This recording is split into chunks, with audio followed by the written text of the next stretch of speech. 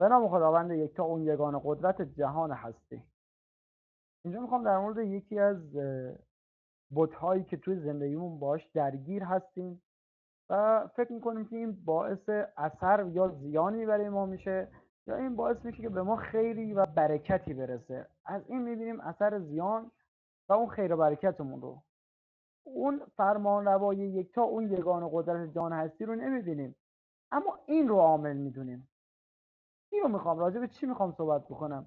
اینجا اگه ببینید اینا رو به ترتیب واسدادن، اینا دارن فضولی میکنن. بت فضولی رو میخوام صحبت بکنم. بعضی از ما این فضولی کردن و به قول دخالت کردن رو به عنوان یه بت شده توی زندگی ما. یعنی اصلا یه جا میشینیم دهنمون نمیتونه که نجنبه، چرت و پرت و فضولی زندگی مردم رو نکنه. اون چی کار کرد، این چی کار کرد، اون چی کار کرد. تو ذهن خودمون این مریضی، این بت مریض رو درگیر شدیم. به چه دلیلی؟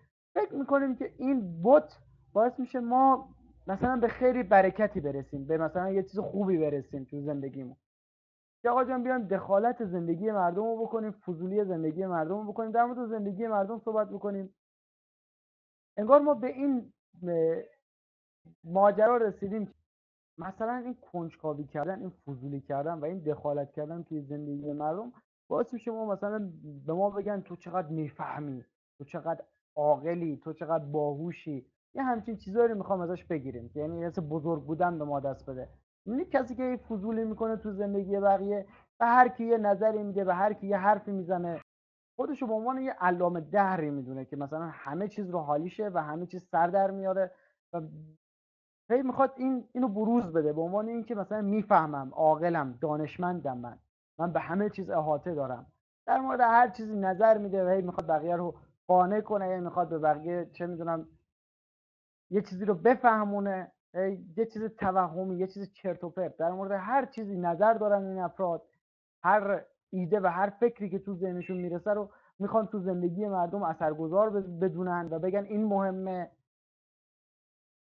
حس بزرگی و اقتدار میکنن، یعنی فکر میکنن بزرگ میشن و مقتدر میشن و مثلا به یه جایگاهی میرسن.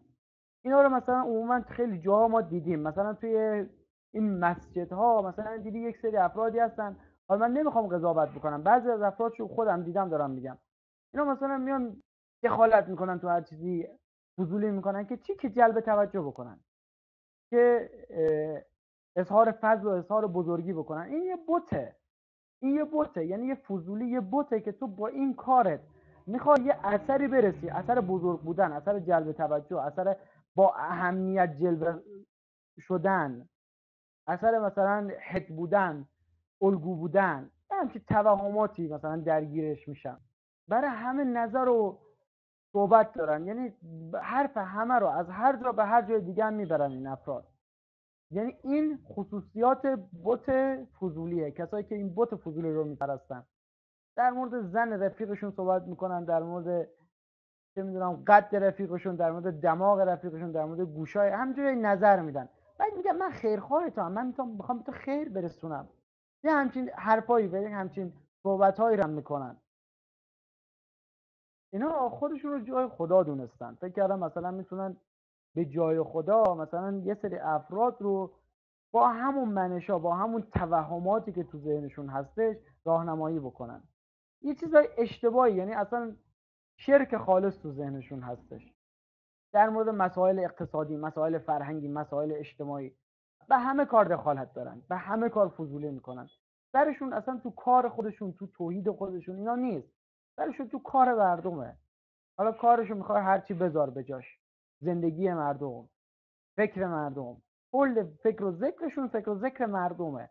اینا این رو به جای خدا میپرستن، فکر میکنن این کارشون باعث میشه که به اینا رزقی برسه، روزی برسه، حس مثلا بزرگ بودنی به اینا برسه، مثلا دانشمند بودن. مردم فکر کنن این یارو دانشمنده، نمیدونن که برعکس مردم میگن این چه احمق و فضولیه. فکر نمیفهمن پیش خودشون واقعا، هی این راهشون ادامه میدن، تکرار میکنن. هی مردم باز تو خودشون میگن این چه احمقیه، چه فضولی میکنه راجع به همه چیز، برای چی راجع به همه چیز نظر میده، چی کار داره که فضولی، مگه ازش نظر خواستن، مگه با تو در ارتباط بودن که تو بیای فضولی بکنی، بخوای کسی رو هدایت بکنی، راهنمایی میکنی، به زور میخوای اون اراجیفی که تو ذهن خودشون وجود داره رو به بقیه القا بکنن و اینو به عنوان چیزی که مثلا درست هست رو بگن که چی بشه. هدفشون چیه؟ که بگن ما بزرگیم، ما توانمندیم، ما عاقلیم، همه باید بیان پیش ما هدیم، ما بزرگیم، ما دانشمندیم. اینا خدای فضولی رو میپرستن و فکر میکنن از این فضولی کردنشون بهشون رزقی میرسه، روزی میرسه، احساس بزرگی میرسه. این توهم رو دارن، حرز زبونن و چیزای بی خودی و بی اهمیت رو همه جا دارن صحبت میکنن. خدا تو قرآنش میگه اون افرادی که به قول قرآن میگه وای بر اون حرز زبان بیهوده گویی که عذاب میکشن، یعنی عذاب به قلبهاشون میرسه. چرا برای هر چیز بیهوده‌ای فضولی میکنیم، حرز زبونی میکنیم، هی دخالت میکنیم، حرفای بیهوده میزنیم، چیزایی که به ما ربطی نداره، چیزایی که نباید اصلا راجبش صحبت بکنیم.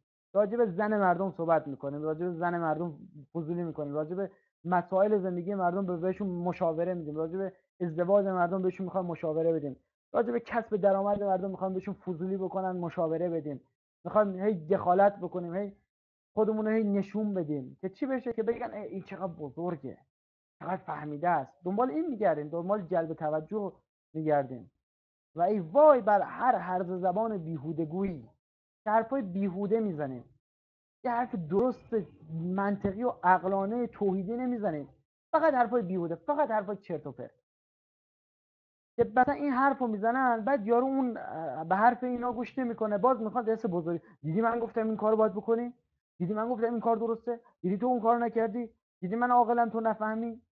همچین توهماتی دارن، یعنی بت فضولی، بت دخالت براشون شده خدا. در صورتی که اون افراد به حرف اینا هم گوش میکردن، با کله 1000 برابر بدتر میخوردن زمین، چون دارن یه حرف اراجیفی میزنن که هیچ منبع و هیچ سرمنشأی نداره و فقط از توهمات خودشون سرمنشأ میگیره، از اون تجربیات توهمی شخصیشون. اینا رو میان بروز میدن، هی ارائه میدن که جلب توجه بکنن، که جلب اهمیت بکنن، که اظهار وجود بکنن. راجع به زن مردم، زندگی مردم، بچه مردم، همه چیز فضولی میکنن، همه چیز دخالت میکنن، هر حرفی رو هر دو میبرن. چی کار داری که این بیهوده میگی، این حرف اون ور میبری، اون حرف این ور میاری؟ مگه تو کلاقی؟ این چه روشیه؟ این چه زندگیه؟ از خودت چیزی نداری، از زندگی خودت، از وجود خودت؟ خدا رو باور نداری؟ اون یگانه قدرت جهان هستی رو؟ درگیر همون باش. چرا درگیر متوهماتی؟ چرا درگیر فضولی؟ چرا درگیر دخالتی؟ چرا درگیر اظهار وجود و اظهار فضلی که بزرگ جلوه بشی؟ اینجوری میخوای بزرگ بودن رو بگیری؟ اینجوری میخوای مثلا به جای خدا باشی؟ درس توحید، درس یکتاپرستی اینه که ما هر اثری رو به خدا نسبت بدیم، نه با اون چیز. ما فضولی میکنیم، دخالت میکنیم، حرفا رو این ور اون ور میبریم، حرفای بیهوده و حرفای لهو و لعب، چرت و پرت، چرت و پرت، همینجور چرت و پرت این ور این ور فقط عادت کردیم که بگیم که چی بشه، که ما به بزرگی برسیم، که ما به فضل برسیم، بگن این چه آدم دانشمندیه، به این اراجیف برسیم. یعنی اراجیف رو میگیم که به اینا برسیم. دوست من، توحید، یکتاپرستی، یگانگی، قدرت رو به خالق دادن، یعنی اینکه تو از خدا بدون اون بزرگی رو، اون توانمندی رو، اون دانشمندی رو، اون عقل رو، اون فهم رو، اون جلب توجه رو، نه که بیای دخالت کنی، فضولی بکنی که به این برسه. این شرکه، این بت پرستیه که تو به جای خدا اثر رو دادی به یه چیزی که کار زشت و اشتباهیه، کار نادرستیه. تو قرآن داره میگه فضولی نکنید، تجسس نکنید تو کار بقیه مؤمنات. تو چی کار داری که سرتو میکنی تو از پنجره خونه مردم داخل؟ تو چی کار میکنی که از پنجره مردم میخوای بری داخل؟ این فضولیه، این دخالته. هی میخوایم احضار فضل بکنیم، خودمون بریم جلو بگیم ما این کاره ایم، ما همه چیزیم. هی دخالت، هی فضولی. یارو مثلا یه همسایه میخواد یه کاری انجام بده، من برم به اون یاد بدم چی کار بکنه. به تو چه؟ هر موقع من از تو نظر خواست، اظهار مشورت کرد، تو برو مشورت بده، تو برو سوال بکن. یا اگه اومد به تو گفت که چه میدونم چیکار بکنم، یا اومد با تو درگیری صحبت کرد، تو بهش جوابشو بده. نه که بره ای فضولی کنی، دخالت کنی این ور اون ور همه جا، که ای اظهار فضل بکنی، که ای تو رو بزرگ بدونن، ای تو رو ارزشمند بگن این چقدر عاقله، بریم جای ریش سفید محله هم خودمون ای بزرگ جلوه بدیم، ای جلب توجه بکنیم تو چیزایی که اصلا هیچ ایده، هیچ نظری راجبش نداریم، میریم حرف هش و حرف چرت و پرت و حرف بیهوده میزنیم. میان مثلا در مورد چه میدونم اذهال مرغ، میریم اظهار فضل و اظهار وجود میکنیم. اذهال مرغ به اینایه به تو چه اصلا؟ مگه من چیکارم که اصلا راجع به اذهال مرغ بیام صحبت بکنم؟ و هر چیزی ربط و بی ربطی می دخالت فضولیه ترک میکشیم تو زندگی مردم. خیلی از همین جدایی ها از همین فضولیایه. پدر مادر مثلا همسر میان تو زندگی اینا فضولی میکنن، پدر مادر زنه میان فضولی میکنن، پدر مادر مرده میان فضولی میکنن، دختر خاله پسر خاله میان فضولی میکنن. به شما چه که زندگی سرتون تو زندگی مردمه؟ نه، اینا به هم نمیان. اون دی اون سی اون شخصیتش بی این دبلیو اینا به هم نمیان. فضولی، دخالت، سرک کشیدن، این شرکه. اینو ما به جای خدا گرفتیم. میخوایم این اظهار فضل کنیم، اظهار وجود بکنیم. این اظهار فضل و اظهار وجود از این فضولیه میدونیم. از خدای یکتا نمیدونیم، از اون فرمان روای کل نمیدونیم. بهش میام فضولی میکنیم تا اون اظهار فضله برسیم. اکثر هم این فضولی ها باعث ترمالی میشه، چون یه چیز متوهم، یه چیز چرت و پرت که از مثل ببخشید اسهال مرغ که همینجوری در میاد. وقتی یه آدم همینجوری هر فضولی در بیاره، خب آخرش میخواد چی بشه؟ میخواد الماس بشه، گوهر بشه، آخرش همون اسهال مرغ میشه دیگه. به حرف این افراد فضول که تو همه چیز فضولی میکنن، اظهار بزرگی دارن، اظهار فضل دارن، اصلا گوش ندید، اصلا جا اونا برای مشورت نرید. اینا دقیقاً بت پرستن، فقط به خاطر اینکه بگم ما بزرگیم، ما میفهمیم، ما فهمیدیم، ما تجربه ایم، ما پیر پلاندوزیم، ما پیر کهنسالیم، ما پدر تجربه مادر علمیم. یا اینا اصلا نرید که اینا مشرکترین افرادن. اصلا پیش این افراد نرید. اینا فقط فضولن، فقط میخوان اظهار فضل و اظهار بزرگی بکنن، اظهار دخالت بکنن، در مورد هر چیزی یه اظهار نظری میکنن. هر کسی برای هر چیزی یه نظر شخصی باشه درسته، ولی اینکه بره فضولی کنه تو زندگی مردم، نه به نظر من اینجوریه، نه اون کارو باید بکنیم، نه این درسته، نه اون چپه، اونو بیا راستش کن. در مورد چه میدونم وسیله رو کجا گذاشتن تو خونه، اینا میان فضولی میکنن. اینقدر فضولن که چی که اظهار وجود بکنن، اظهار فضل بکنن، و این شرکه و این بت پرستیه.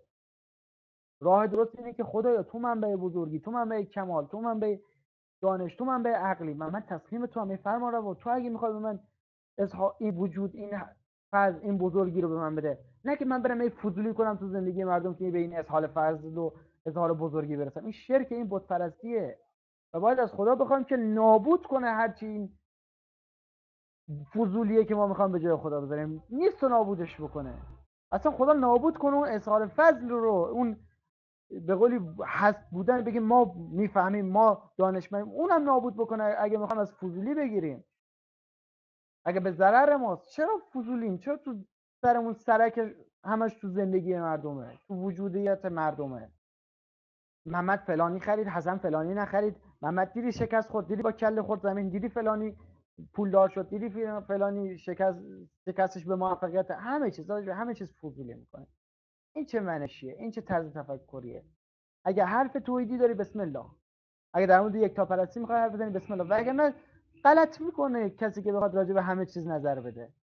میخوای در مورد توحید یکتاپرستی حرف بزنی، این دستور خداست، برو صحبت بکن، این درسته.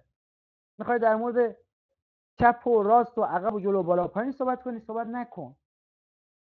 چرا حرف بیهوده، حرف لهو و لعب، حرف هش باید بزنیم همیشه؟ این شرکه، این بت پرستیه. چون ما میخوایم به کمال و بگیم ما بزرگیم، ما عاقلیم، ما دانای علامه دهریم، راجع به همه چیز داریم که اس بزرگی بکنیم، که اس دانشمندی بکنیم. خب این شرکه. به غیر از این یه شرک دیگه هم وجود داره که ما به این آدمای فضول قدرت بدیم، بگیم این فضولا باعث زندگی ما رو به قول به ما خیری برسونن یا به ما شری میخوان برسونن با فضولیشون. خب هر حال آدم فضول دور و بر همه آدم مشرک فضول به قولی فضول پرست زیادن دیگه، همه فضولیشون رو میپرستن، خیلی هم دیگه. ما به این افراد قدرت میدیم، به این افراد اهمیت میدیم، فکر میکنیم اینا میتونن برای ما ضرری به وجود بیارن. فکر میکنیم مثلا این فضولی میکنه، میدونیم در چرت و پرت میگه، عصبانی میشیم، ناراحت میشیم، دلخور میشیم از حرفش، انگار اون مثلا با فضولیش به باعث حال بعد ما میشه. ما یه کاری میدونیم درسته، میدونیم آقا به دلمون اومده، مثلا میدونیم اون توحید یکتاپرستی، اون میاد میگه نه این درست نیست، میاد اراجیف میگه، میاد چطور، بعد ما ناراحت میشیم از اون حرفش. خب این شرکه که ما از حرف اون ناراحت میشیم. این که یعنی ما اثر زیان رو به اون دادیم. فقط تو این زندگی جهان هستی خداست که میتونه به ما زیان و ضرر برسونه، نه هیچ حرفی، نه هیچ حرف بیهوده گویی. پس نه فضولی زندگی مردم بکنید، نه به فضولی کسی به زندگی شما کار داشته باشید. اون هیچ اثری نمیتونه داشته باشه، فقط ضرر و زیان از خود خدای یکتاست، از اون فرمان روایی کله، نه از هیچ کسی دیگه تو این جهان. و ما تسلیم اون فرمان روایی کلیم و ما تسلیم اون یگان قدرت جهان هستیم که اگه بخواد زیان ضرری به ما برسونه ما تسلیم میشیم، اگه بخواد بزرگی حس کمالی بده ما تسلیم میشیم، نمیریم فضولی کنیم که به کمال و بزرگی برسیم. در مورد قیافه مردم، در مورد چهره مردم، به مردم میگیم امول، به مردم میگیم اسکل. این امول رو نگاه چه لباسایی پوشیده، این امول رو نگاه موهاشو چجوری زده، این امول رو نگاه چه قیافه‌ای برای خودش درست کرده. به ما چه؟ به من و تو چه که دخالت کنیم تو زندگی من؟ این امول رو نگاه موهاشو رنگ کرده، این امول رو نگاه موهاشو رنگ نمیکنه. راجع به همه چیز نظر و اظهار فضل و اظهار وجود میکنیم. خب این شرک، این بت پرستیه. این که ما میخوایم این اظهار فضل رو کنیم که به بزرگی برسیم، به بگیم ما دانشمندیم. بزرگی رو، رشد رو، عظمت رو از خدا بدونیم، نه که بریم دخالت کنیم از اسهال مرغ بزرگی و کمال و به قولی دانشمندی رو بدونیم، به اون نسبت بدیم. این شرکه، این بت پرستی دوستان. این یعنی ندیدن خدا. آیه قرآن داره میگه تجسس نکنید، فضولی نکنید تو زندگی بقیه مؤمنا. یکی این کارو کرده، یه چیزی به تو گفته، باز تو باید بری به یکی دیگه بگی؟ نه دیگه، تو گفتی که نگفتی که به کسی نگو. اصلا به تو چه که بری بگی اصلا؟ اون یعنی چی؟ یعنی مثلا میخوای حرف داشته باشی برای گفتن، بگم تو هم حرف داری، تو هم بزرگی؟ این شرکه، این بت پرستیه.